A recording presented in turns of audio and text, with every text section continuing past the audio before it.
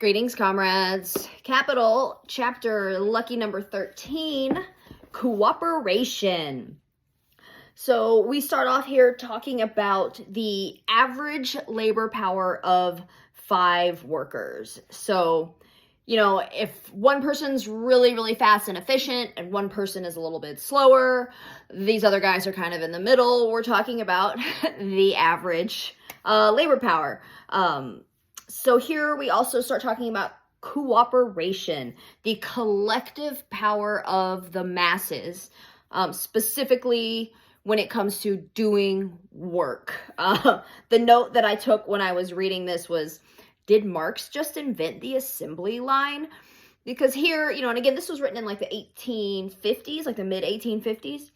And basically he's talking about all of these different workers in a factory getting together and becoming more efficient by doing different parts of the production. He talks about them all doing the same thing as well as splitting it up like that and working together in that way.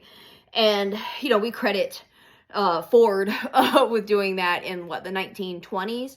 But smaller scale things like that were already happening as countries started to industrialize and try to work more efficiently to build things. So just basically when workers work together, they become more efficient. I think we all see that in our real lives, right? He also talks about supervisors and managers.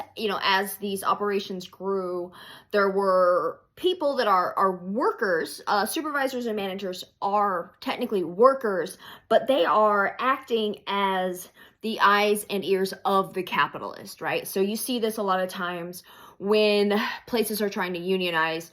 It is the management that stands in the way. We could call that labor aristocracy. These people think that they're special, even though they're just working class like everybody else. We talk, let's see.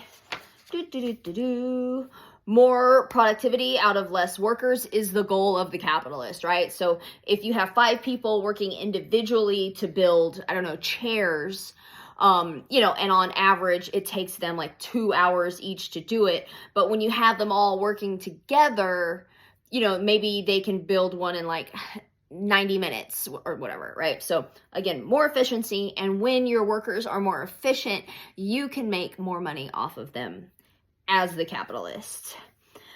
Cooperation diminishes your labor power under capitalism.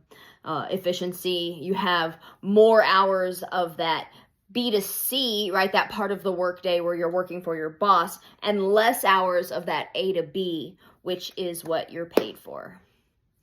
That's chapter 13. Cheers, y'all.